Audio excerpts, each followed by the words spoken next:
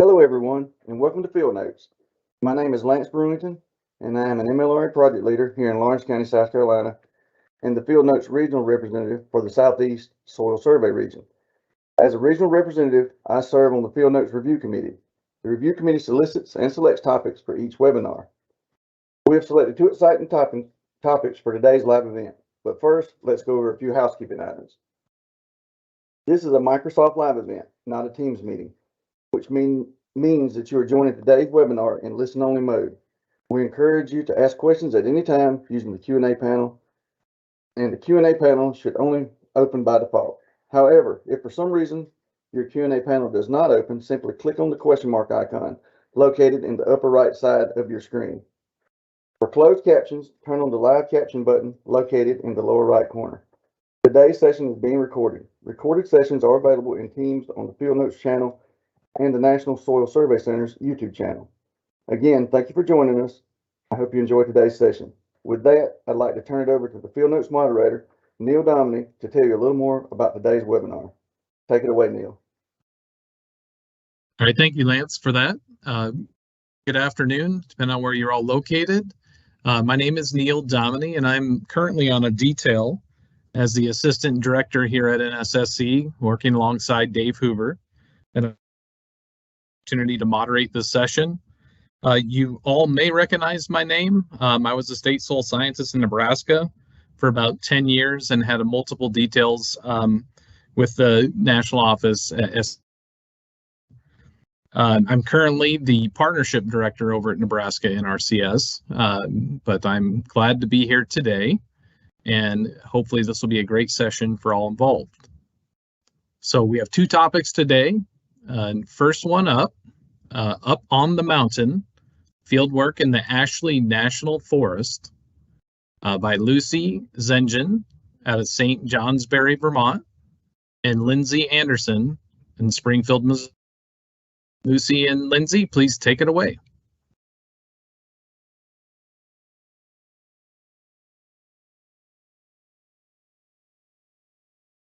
Thank you, Neil, for that introduction. Lindsey and I will be presenting up on the mountain fieldwork in the Ashley National Forest. Folks in this area of Utah call the Ashley the mountain, like they're going up on the mountain for the weekend, and so we affectionately called our presentation after that. You can go to the next slide. This is just a quick map from where we're from. I'm coming from the MLRA office in St. Johnsbury, Vermont. And Lindsey's coming from the area office in Springfield, Missouri. And we detailed this summer to the Price office, Price, Utah MLRA office. But we were working a couple hours north of there in the Ashley National Forest. Yeah, you can go to the next one. So the Ashley is a national forest. It's 1.4 million acres, and this is initial 2026 mapping. The shaded area here on the map is the area that Lindsey and I were charged with mapping this summer, and it's a bit under 200,000 acres. They're mapping this area at order 4 and in places that are kind of highly used, typically rangeland places where they're doing a lot of grazing. They're going to map it in order 3. This summer, we were doing a combination of CLHS and representative points. As details, I thought this was a really great approach just to kind of learn the landscape. The CLHS, at least for me, forced me to get some of that variability that I wouldn't necessarily get just doing representative points. So I thought that was a really beneficial approach. This is, Forest Service land, and the land uses here are logging, rangeland, and recreation. Next slide. So one resource that we were given when we got there that I wasn't familiar with beforehand is the Forest Service Land Systems Inventory. You might also hear it called TUI, which is the Terrestrial Ecosystem Unit Inventory. And as you can see here, it looks quite a bit like a generalized soil map.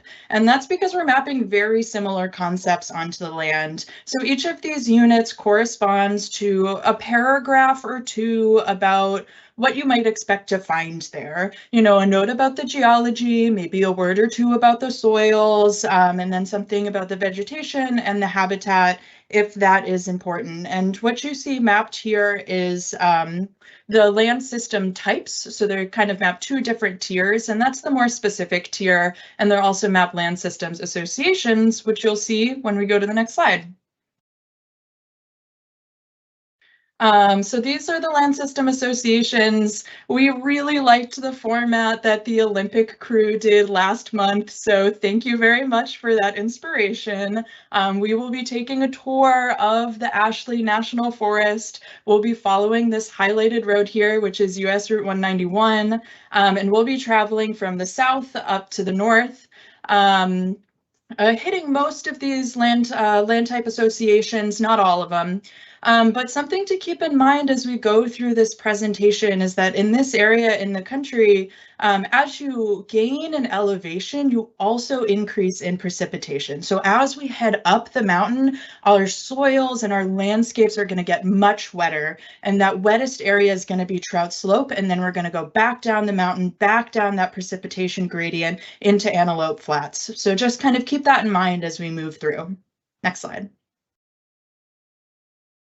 So as Lucy said, we're going to start the lower slopes, and the Uinta Mountains are in east-west range, so that's why we're going to be going up in elevation and then back down in elevation as we move south to north.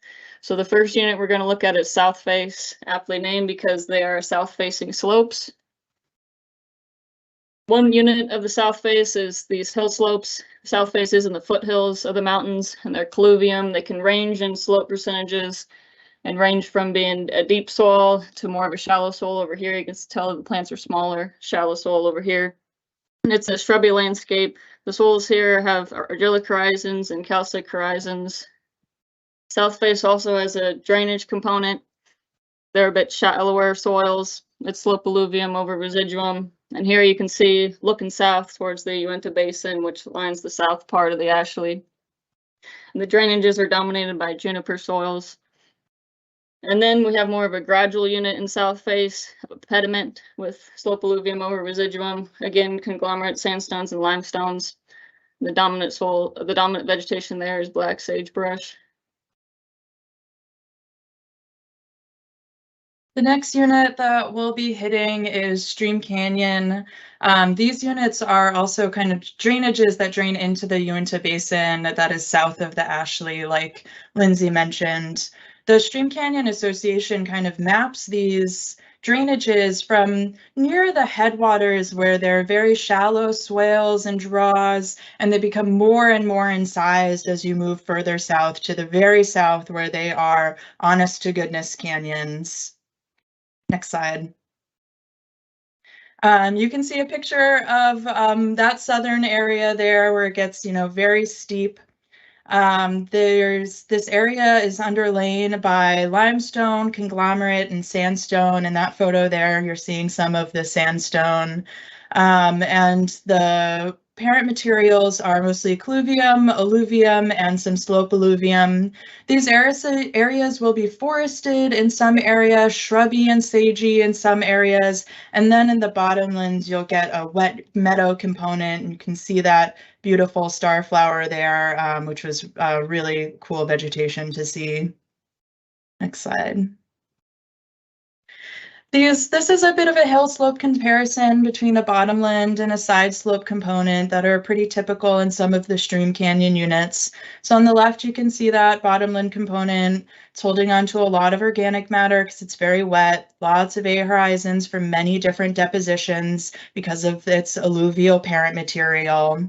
And there's redox almost to the top in that profile there. And on the right is a profile from a side slope component. Some of them will develop molic epipedons, and most of them have developed argillic epipedons as well. Ones that are underlain by the limestone as well as the conglomerate, which has a calcic substrate, will lend themselves to developing calcic horizons as well. Next slide. This profile was kind of a total anomaly in the Stream Canyon Association, but it was the most beautiful thing we described all summer. So it was just too cool not to mention. So I threw it in there really quick. It's really pretty heavy in clay. And then at the very bottom there, what we think is happening is that the clay is alluviating down into a weathering sandstone bedrock. So when we were digging it, it was a very stark, very contrasting color change. It was very, very cool to see. Next slide. As we move out of the foothills and out of the stream canyons, we come to the Parks Plateau. Parks Plateau has some untreed units at the lower elevations, and then as you reach into the higher elevations, you get more of the treed components of Parks Plateau as you grade into Trout Slope, which is above the Parks Plateau in elevation. Parks Plateau, they have a pretty stable landscape, so you have well-developed soils, pretty good argillics, again, residuum from limestones and sandstones. This was also an important area for land use. Whenever we were working in Parks Plateau, you could see people moving cattle. So clearly it's an important unit for land use. Then as you move up in elevation, you get out of that, more of that sandstone and limestone, and you're getting more into the Uinta Mountain group, which is a quartzite. So the tree units of Parks Plateau are sandier, and they're less developed than the untreed portions in lower elevations, dominated by lodgepole pine. Limestone Hills also have the untreed units and then treed units. This is definitely sort of the gradient as we're getting out of the foothills and up into the mountains. So here's one of the untreed Limestone Hill units. I'm standing on a Parks Plateau and looking north towards this dip slope. Limestone Hills are of course dominated by limestone, but you can still have some sandstones. They're pretty rocky unit, a lot of loamy skeletal. A lot of times you can't tell if you're hitting bedrock or a big boulder. Then as you go up in elevation into the treed portions of the Limestone Hills, the dominant vegetations are mixed conifers. You can tell you still have that limestone component, but since we're moving up in elevation, we're getting more into that Uinta Mountain group, which is quartzite, so collivium over residuum here. And a little bit more developed soil, wetter soil as you get in higher elevation. So you're getting more of the argillic horizons. There's also a bottomland component of Limestone Hill, is more of a meadow. And when I was working in this meadow, I could hear all this barking up in the hills. And I was wondering what the heck's going on up there. And I talked to Dean, who's our ecologist on the Price crew, and he mentioned that they're probably training bear dogs. So I thought, well, when I go up in these hills, I better be loud so I don't scare any black bears. But the only big black animals I saw were cows. The cows were everywhere on the lower slopes with untreed, or up on the side slopes with treed. They were everywhere, and they were always looking at us wondering, why are these humans digging and sticking their heads in the ground? So anytime you have an area dominated by limestone, limestone is calcium carbonate. It's very easily soluble in water. So you can get these karst areas. Karst just means there's a lot of caves and sinkholes and springs. So one day, when I was heading back to my truck, there was a lot of people congregated around it because I'd parked by a campground, and they said they were heading up to see the cave. And I said, well, can you show me where this cave is? And I came back that day and I said to Lucy, I said, I know what we're doing this weekend. So the trail of the cave was real short, but it was real steep. You can kind of see it here. It just kind of went straight down into this canyon here. Here's the opening of the cave. And we went in mid-July, which was getting pretty warm, even being up on the mountain. But there was still this massive column of ice there in mid-July, which we thought was really cool. And Lucy's going to talk about Trout Slope, but I had to put in some of my favorite pictures of Trout Slope. Trout Slope is real rocky. I call this the stairway to heck pit. And anytime you think you've finally gotten away with a good, easy dig, then you hit an argillic. So Lucy's now going to talk about Trout Slope. It's true. So this is Trout Slope, our highest and wettest area, at least in the area that Lindsey and I were charged with mapping this summer. Next slide. Yeah, so Trout Slope is almost entirely forested. It's typically dominated by lodgepole pine, but there's a lot of mixed conifer, so some firs and some spruces in there as well. It's almost entirely underlain by that Uinta Mountain Group, which is a quartzite sandstone kind of intergrade. And it can be this really beautiful pink color, and that's that boxed horizon on the right, getting down the last box there, I believe is a CR. I don't actually remember exactly what it is, but it gets to be this kind of really gorgeous pink color as you go down. The parent materials in Trout Slope are most typically colluvium, but sometimes residuum in some areas. Next slide. So these are two pretty typical profiles to see when you're digging around in Trout Slope. Truly is to say it's a giant pile of rocks. On the left there is the development of an argillic horizon, and that's a pretty deep one for Trout Slope, but it was very typical to hit a CR or bedrock or just a giant boulder, and sometimes you're not really sure. That happened very often, so the profile on the right was also a really typical profile to see. Next slide. Antelope Flats. This is Antelope Flats. This will be the driest area that we visit today on our tour. Next slide.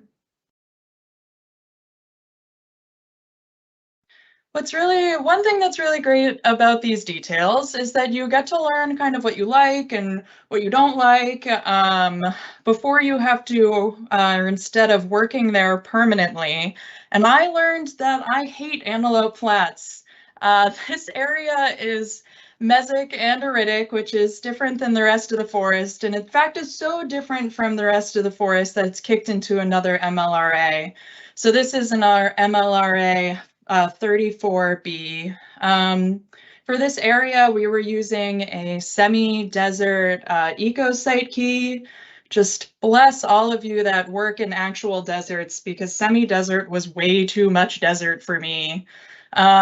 This area is underlain by sandstone, calcareous shale, and their surficial geology map also mapped a lot of loess and colluvium in this area, which are the main parent materials of the soils, along with residuum.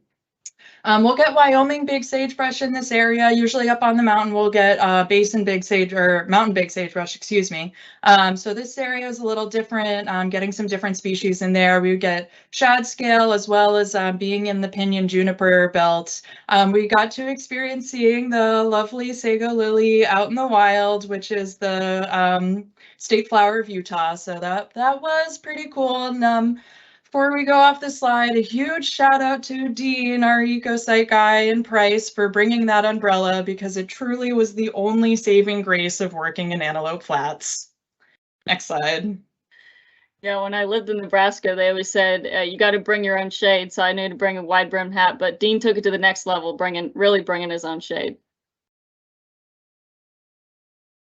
So as well as all of the heat and all of the arid stuff, we also got to experience the joy of petrocalcic horizons. They were pretty typical, although not ubiquitous, in Antelope Flats. Those will happen when there's a significant buildup of calcium carbonate in the soil, to the point where it cements an entire horizon that's difficult, if not impossible, to dig through.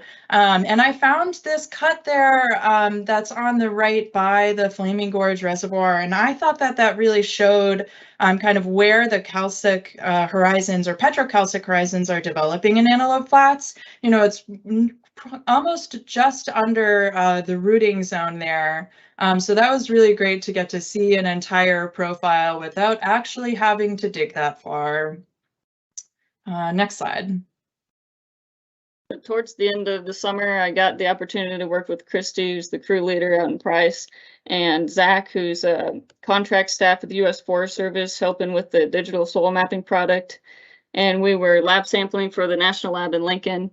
We tried to be strategic about the sites we picked, because it's not easy lugging all that gear and digging by hand these massive pits for lab sampling. So we tried to pick areas where we thought maybe we needed help with classification or we had mineralogy questions. And we tried to pick widely distributed soils or areas that had heavy land use and that were important. So here you can see we've got our site set up. Kristi's describing the pit, and here's Zach here getting our bags labeled for our clods. Another neat thing about this week is, as I said, Zach's helping with the digital soil mapping portion of this project. And so it was a good opportunity for him to see how we collect the data and, how we get the data that he ends up using and trying to model off of. And additionally, we wanted to show him just how variable soil can be. I believe this pit on the right was from a Trout Slope unit, and this pit on the left was from a Parks Plateau unit. And in this pit especially, half the pit was completely different than the other half of the pit. So Zach got a good crash course that week, seeing just how variable soil can be.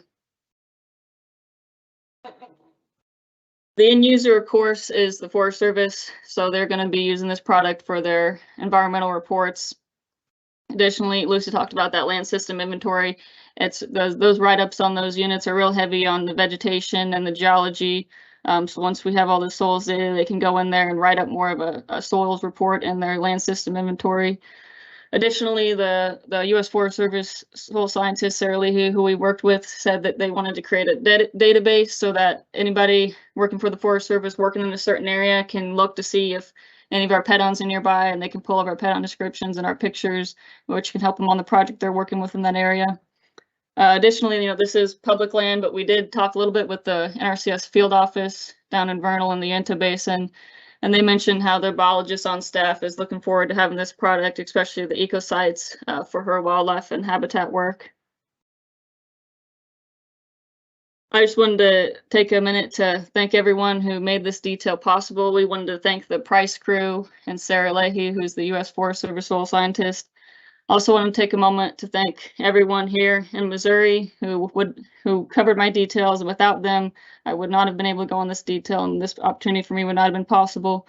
So I want to thank Mark Abney, Gene Campbell, Jared Perkins, Nathan Bilkey, and Missouri's leadership, Mark Squires, Diane Bradley, Scott Edwards, Jorge Lugo, and of course, quick shout out to my mentor, Dave Kacharik. Thank you for all your guidance and help. Lucy?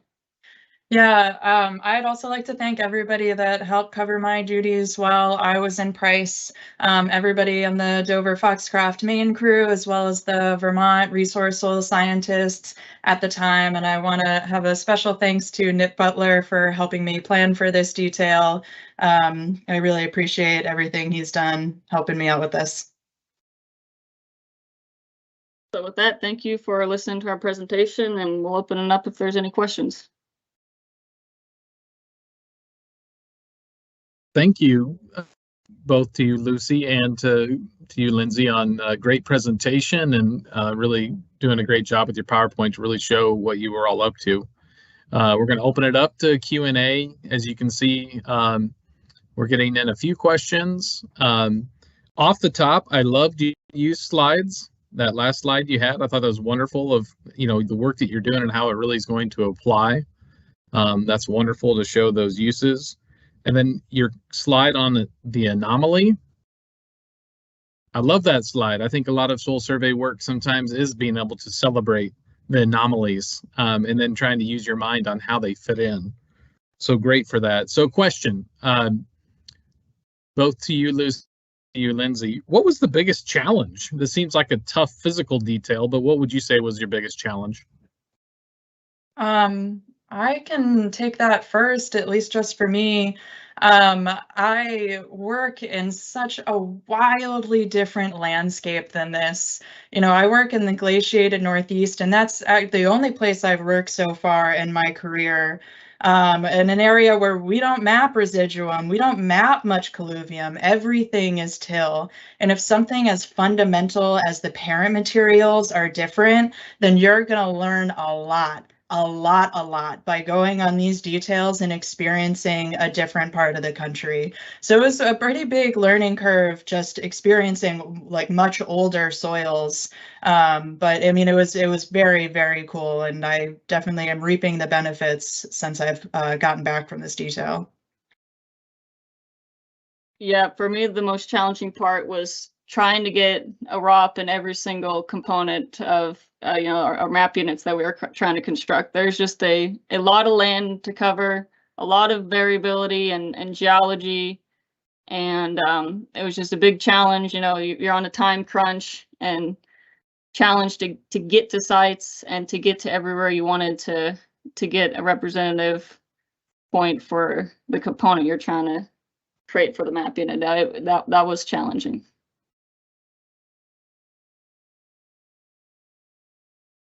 Excellent. We have one question here in the Q&A pod currently, and the question is, did you two work together most of the time, or were you separate during your soil survey activities? If we worked together, we would have only gotten half the work done. Lucy and I became good friends on this detail, so we got a bit too chatty. In the beginning, we spent a week orientation in Price, working with the Price crew and getting oriented to the area. And then we spent 2 to 3, maybe 3 weeks working as a crew with me, Lucy, Dean, who's the veg guy, ecosite guy, and then our crew leader, Kristi. And then we split up on our own for the rest of the year. Although occasionally, if we had service and I got done early with what I want to get done today, or Lucy got done early, we usually would check in with each other. And if the other had more work to be done, we would go and help them finish up. Lucy, you have anything to add? Nope, I think you covered it.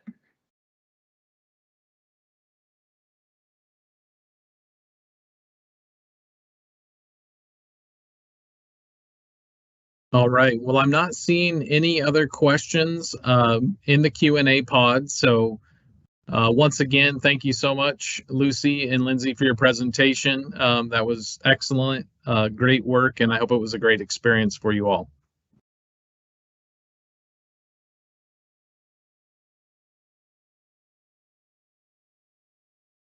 So just a quick reminder, the date.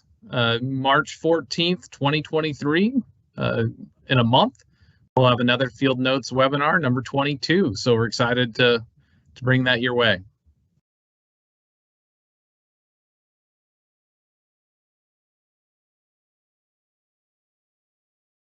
All right, and our second presentation for today is SPSD Journal Club Initiative by Kristi Mingus from Price, Utah.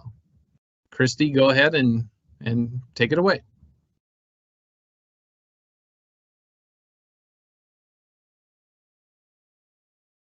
Hello, everyone. My name is Kristi Mingus, and I'm out of Price, Utah, with privilege of working with Lindsey and Lucy last summer, and we're really lucky to have them. Was really impressed by the work that they did, and we're looking forward to having them back this year. And it was fun to see a visual tour of what you guys got to learn and the areas you got to see this summer. So today I'm introducing the SPSD Journal Club initiative that the research focus team would like to invite you to join. But first, I want to talk a little bit about feelings. So do you ever feel burnt out at work, or do you ever feel like you're going through a knowledge drought? Maybe you're plugging data into NRCS and get into a groove where you stop thinking critically. Maybe repeating day-to-day tasks gets you down. For me, work in February, when the weather is cold and days have been short for a long time, can start feeling repetitive unless I actively find ways to break up the monotony. Remembering what got me interested in soil science can help me get back into a good flow with that. So do you remember reading Soil Horizons like a history book at your first soil pit, full of wonder about why different properties are at certain depths? Do you remember learning how much life there is in 1 gram of soil in Soils 101, and realizing that what you'd walked on, played with, and planted in this substance without recognizing how much was going on beneath your feet? I don't think it's a stretch to say that most of us started a career in natural resources because we care about the future of our planet or are fascinated by the intricacies of the natural world. So one of the only successful antidotes that can lift me out of feelings of February burnout and knowledge drought is curiosity. The research focus team is starting a monthly journal club, and we'd invite you to gather 5 to 10 office mates or peers to either read the same article that we as the research focus team are reading each month, or to choose an article of local importance, then get together and discuss. So this is an invitation to prioritize learning as a way to stay engaged and feed curiosity. The challenge is to read one scientific journal article per month, and there are many benefits that can come from this. One of these is exposure to concepts and ideas that you may not be aware of. Another is knowledge. This can be both gaining knowledge and transferring knowledge to peers. So we all have our different strengths and different areas of expertise. So this gives you a chance to share about topics that you're passionate about. Third, answering questions you might have. So diving into literature can be a great way to get baseline knowledge on the soils of an area before you start a project. Are you wondering about the chemical makeup of the soils in a certain geology? Somebody might have already studied that and have some really solid lab data that can give you kind of a springboard to jump off of in your project. And then networking. If you're working on a similar project area or have similar goals to somebody who's doing research out there, there may be room for collaboration or data sharing. So in some cases, people may have already dug soil pits in areas that you're maybe doing an update or initial project at, and there's nothing saying you can't reach out to those people and see if you guys can help each other out or see what data they've already collected that may just be a group of data a data set that hadn't been necessarily published, but can still be really useful. So all of these benefits of journal clubs can lead to better project management. The more you understand your project area and the better understanding you have of methods and tools available to you, the better your products will turn out. If starting a journal club sounds interesting to you, start asking around. I recommend capping the journal club to around 10 people, and that'll ensure that everyone's voice can be heard. I think it can be really nice to gather with people in your office in person so that you can kind of have that face-to-face back and forth, but you could also find a group of SPSD peers with similar interests and meet over Teams. And then once you've kind of decided and gathered your people, there are 2 paths outlined that you could take, and you could read an article of local importance or an article that has relevance to your active projects or interests. And alternatively, the research focus team will be choosing 1 article a month to discuss as a journal club article. And you can find out what article we choose because we'll publish a short write-up with the article name in the SPSD Weekly once a month. So you're welcome to choose this as your article for discussion if you don't have one in mind or something that you already want to read. You can also do a combination of these 2 things. So if you choose to read an article of local importance, it's useful to set up a shared drive where everyone can be adding articles that they come across as they find them. Then you can create a pile of literature to pick from for these monthly discussions. And just an example of some of the literature in the Price office's literature shared drive. Here are just some titles of things that are relevant to some of our areas that we're mapping. So while you're selecting articles, you might start to feel flooded with the possibilities. So at that point, you can stop and narrow your choices. And you can use these 2 questions or other questions that you think of as a way to kind of vet what gets through. So 1, is it relevant? Is it relevant to anything that you're working on, to your project areas, to similar soil types? And 2, is it interesting to you? If it's interesting to you, you're going to have more fun discussing it and you'll probably be more engaged. So part of the fun is also looking around for relevant articles. And if you might already have a lot of ideas in your mind of articles that you could discuss, but if you don't, you could just play around in Google Scholar. It's one search engine that many of you may be familiar with already. So as you heard Lucy and Lindsey talking about in the last presentation, the Ashley National Forest is a local project that's currently going on in the Price office. So just putting a few keywords in the search bar, like Ashley National Forest soils or ecosystems, then you can constrain a time frame to any time frame that you're interested in. You can either sort by relevance or sort by date, and then you can choose any type of article or review articles. And it can be fun to check out both options there. So in this case, I just typed in Ashley National Forest ecosystems as an example and wanted to show you that one interesting product that popped up was fens mapping for the Ashley National Forest. And if I didn't know about this resource already, just a quick search can pop up with this really useful resource that is really helpful for a starting point and initial soil mapping to see kind of where those fens are, where to expect these areas that you might not, we might not be able to just know that they were there otherwise.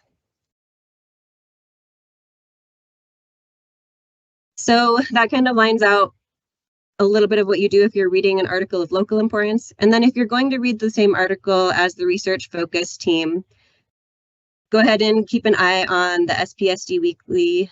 That's where on a monthly basis we'll post an article of the month, as well as a few discussion questions. So here are the articles that we are using for the SPSD Weekly for the research focus team. So the February article and the March article are listed there, but we will also have links to those in the weekly, so keep an eye out there. Here's an example of how you could lay out your journal club shared drive. So it's really useful to have a shared drive. This is an example through the focus team, and you can see that in our discussion for each month, we have a different article. So this is labeled by the first author's last name. And then Dylan Bodette put this one together since he was the lead for this month's article. And there's a related articles folder just in case anyone wants to do a deep dive, discussion document, which I'll show you some screenshots from what Dylan chose to put in there. And then it can be useful to have a PowerPoint or visual with things that you want to discuss, and this can kind of help keep the focus of the discussion going. These can be one useful thing to keep in discussion PowerPoints are pictures of figures from the article that might be confusing or that you might want to walk through on a step-by-step basis, as well as the article itself. And then I have lined out or circled here this sync button. And this is just something that I learned through this process that I didn't know before. It's a Teams tip that if you click this sync button here, you're then able to access all of your files from Team through File Explorer, through USDA here. And then you can actually have access to these through your File Explorer instead of going through Teams, which can be a little bit clunky. So that's a little hack that I found to be really useful. So here's a couple tips for success for a discussion leader. It's nice to rotate who is the discussion leader. Choosing a relevant article is important. Taking time to understand the concepts so that you can explain them is important. And then you can dive into one or two concepts. You don't need to necessarily understand the whole article. Preparing a concise presentation is nice. It keeps the focus. And then determining a focus for the discussion. So if you have an article that you're really into, but it's 100 pages long, maybe you want to just pick 5 pages, or maybe you have an article that's kind of confusing. Maybe you just want to walk through 1 or 2 figures from that article, and you can tell everyone that ahead of time so they know where to focus their time. Another thing is, these are screenshots from Dylan Bodette's Journal Club resources today. And one thing that I really liked that he did was he gave us discussion questions that we had access to ahead of time. So we knew kind of what route he wanted to take, and then we could get our wheels turning in that direction. And then another thing that I liked that he did was he went through and defined things that he didn't understand or maybe he did understand, but he just thought they were confusing or could be confusing to people. He went through and made a definitions section in that little document. And so people reading the article could just be like, oh, what does this mean? And then quickly read the definition. So I thought that those were 2 really neat things that Dylan did in our discussion today. And then tips for success for the participant. The first one is to set aside time to read the article. It's worth it to prioritize learning, so make sure you give yourself the time to get curious. The second one, write down questions while you read. Don't feel bad if you don't understand something. A lot of these articles can be really niche, and it's totally fine not to know what they're talking about. But the fun part is kind of getting curious about that and diving in and asking questions and trying to figure out some of those things. So you can write down your questions about things you didn't quite grasp, questions about how you can use information from the article in your projects, or even just things that you're curious about. And then third, sharing your thoughts. And this can be fun too. It can be fun to hear how other people interpret things, and it can be fun to kind of get into little battles about, you know, maybe you've got differences of opinions, but having those conversations with your colleagues, I think, can only strengthen the outcome of your products. It causes things to surface that, you know, may otherwise just get swept under the rug. So that's the main information about the Journal Club, and I wanted to give you a quick overview of the research focus team, who we are and what we do. In addition to these monthly journal clubs, we also solicit research needs from the different regions. And so here's a list of people involved. The Julie Baker and Dylan Bodette are on the top of the list because they're running the Journal Club initiative with me. And then we've got the regional representatives and then some research scientists in italics. And we are looking for representatives, particularly from the Northwest Soil Survey region. So if you're interested in joining the research focus team, you can contact Sky Wills for more details, or you could also reach out to me too if you want to hear a little bit more about what it's all about. And with that, I'll open up the floor to any questions about the Journal Club.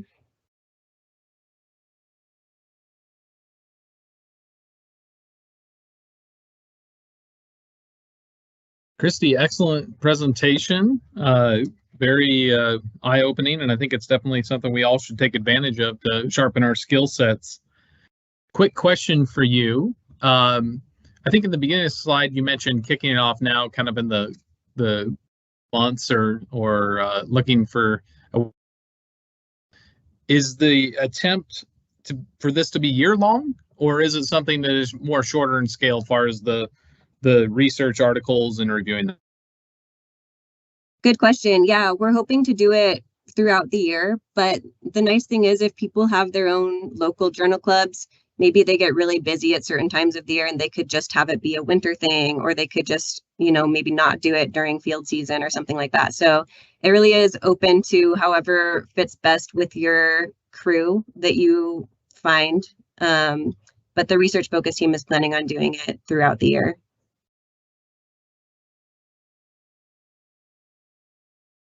Excellent. Thank you for that. If anybody has other questions, please submit them.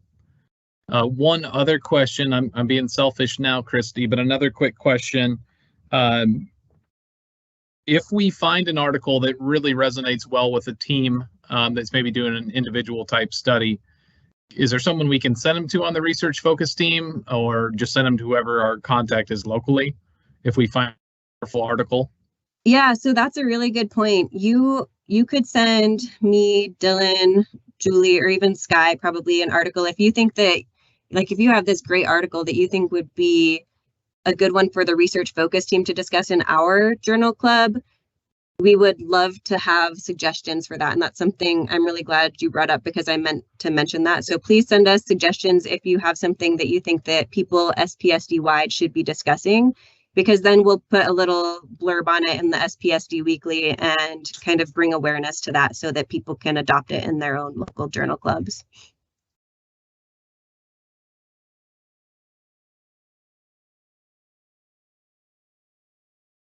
All right. Thank you, Kristi, for that answer as well. And thank you to the research focus team for your work to get this moving. And it should be exciting to get the opportunity to review these articles. And thanks to everybody out there for attending the Field Notes webinar number 22. And we'll be excited to see you a month from now on to the next Field Notes webinar. Thank you for attending.